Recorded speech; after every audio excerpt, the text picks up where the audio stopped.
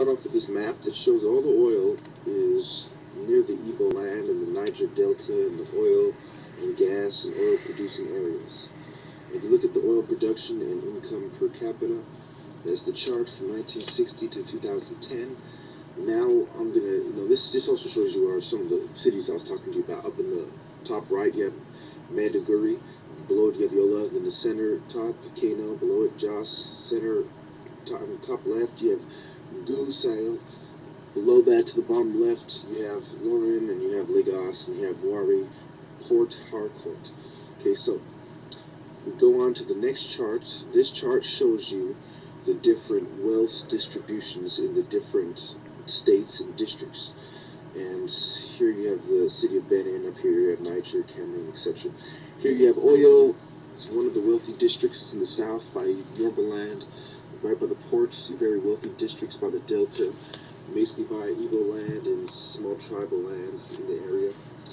And I'll show you who's, it's by the Ibibos as well. I'll show you in a second how it breaks down. And we go here to the Yoruba, and then you have the Ijao with the Niger Delta tribes. They have most of the oil, but some of it's in Igbo land, some of it's in Ibibo land, like I was saying before. Then you have the Efek, and then you have the Ikoi. And then, so you have Edo, Adala, and you go up here, you have the Boko Baru, you have the Kambari tribes, the Zulu, the Kaj, they have Brom, you have the Teruk, you have the Mumi, you have the Sumyev, you have the Jibu, Jukanoid, and there's many other tribal groups as well. These are just some of the major ethnic groups. And you have the House of Fulani, the two tribes that mix together, and they control, as you can see, they control most of the north. And we go on to the next chart. Well, I guess that about sums it up.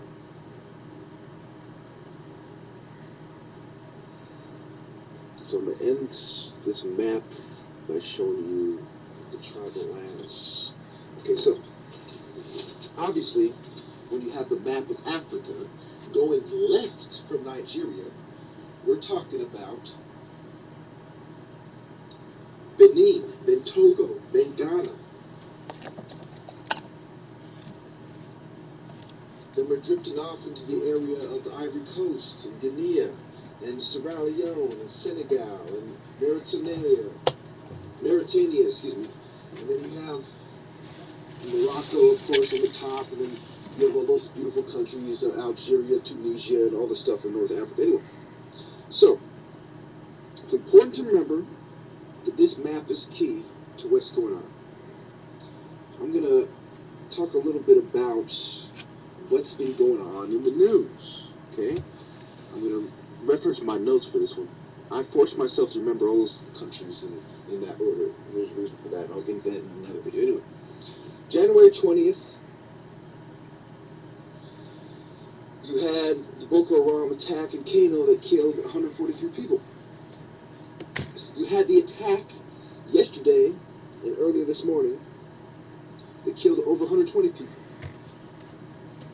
Okay, keep in mind that last year, on December 25th, you had the attack on the Catholic Church in Madala, which killed 42 people. Some of this is also from the news. I think it was BBC. I'll put in my references anyway. In December 22nd, you had sect members that were fighting with the police in Damaturu. So then you go on, you had the Maiduguri bombings that left 4 dead and 100 people were killed. Between the bombings and the shooting attacks, where the sect members went through the building shooting people, and those bombs went off to kill 4 people. Anyway, just to clarify that.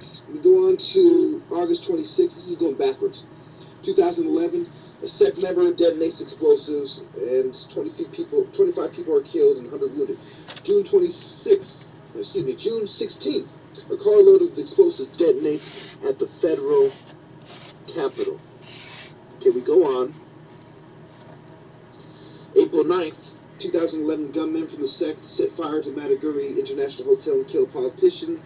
April 8th, bomb allegedly planted at the sect's explodes at an election office in Seluja in Niger State, killing 16 people.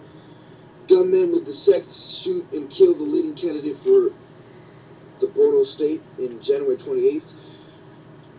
December 31st, you have the military barracks attacks that killed 4 people and bomb exploded, and by the beer garden as well. And December 24th, you had a series of bombs, and in the city of Jos, they killed 80 people. September 7th, in 2010, you have the gunmen freeing 700 inmates. That's where some of the reinforcements came. In 2009, you had the 700 people that get killed when they riot in Maiduguri because they're pissed off. And the security crackdown hits as well. And in 2009, hundreds of people were killed when they stormed this police station in Maiduguri as well. And the leader, Muhammad Yusuf, was captured and killed. And in 2002, it was founded. So now you have the emir that I showed you before, and you have this guy who escaped from prison. And you have the emir of Abeja, him and his 2 sons were arrested, and you have the spiritual head of Boko Haram still wanted on the run. So there's a lot going on. It's important to note that it has to do with the oil, it has to do with who has the oil, and it has to do with surgical strikes against the Igbo nation by the scum. And it should be the other way around. They're killing the politicians, they're going after the oil, they're taking over the military, they're doing this in a calculated fashion that is quite sickening. So, whether we're talking about Kabaru, this guy, Sokoto, the Sardinia of Sokoto. Remember, Sokoto is in the top left in House of Fulani land. Let me show you, see right here. This is where some of the violence has been going on here in Sokoto. And as well as in Jos, right here in the central region. Then in the Delta region, the Ijad tribe down here, some of the strife over the oil. I don't know if you can see that well on camera. Let me put this up and see where. Okay, yeah, you can see it. Okay, this is the Ija area. This is Lagos, the old capital before they moved it to Abuja, right here toward the north in the central region. So, a lot of the violence is going to be over here in House of Fulani territory, which is where the terrorists are. And then you have this kind of central region, which is kind of split between Christians and Muslims that live together, and they have small communities that fight with each other. And then, of course, you had some attacks in Kaduna as well. And I'll end it right there. Thank you.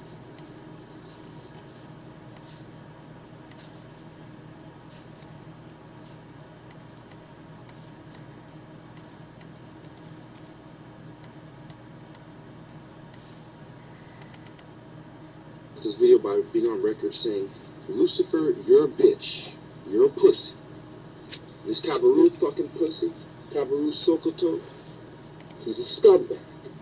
It's no coincidence his name's Sokoto, and I told you Sokoto on record. I told you it was witch guys on record. And who was it? The Emir of Abaji. Okay? Exactly what I've been telling you. Another thing I was right about. And this guy confirms his fucking guilt when he escapes the police station in a shootout. Now, in Kano, an hour ago it was in the news, one of the news that I go to, on the news sites, that Boko Haram strikes again. And according to the Red Cross, many people have been killed. And the Emir of Abeji has been arrested. So what is going on here, Kabaru? What is going on here, Emir? What is going on here, Good Luck? Your government is being infiltrated with traitors. And they couldn't infiltrate you as easily because you were carefully chosen already by the tribal peoples of that nation. It is the scum and the foreign interests who are assisting the local rabble in extorting the Nigerian government.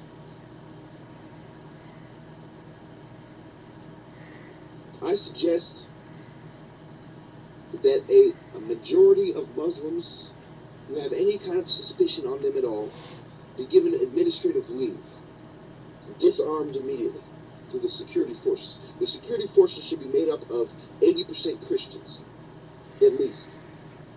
Make sure that the arms are in the hands of the Christians. So if the terrorists attempt to use their fellow Muslims to cause a civil war, they will lose immediately. I demand that all Muslim heads of the security forces step down. I demand that Muhammad step down. I demand that all Muslims who are in the army of Nigeria, in the security forces of Nigeria, in the local police forces, local police captains, all step down. The only way we're going to resolve this problem is if Muslims temporarily step down from military positions and police offices as well. Thank you.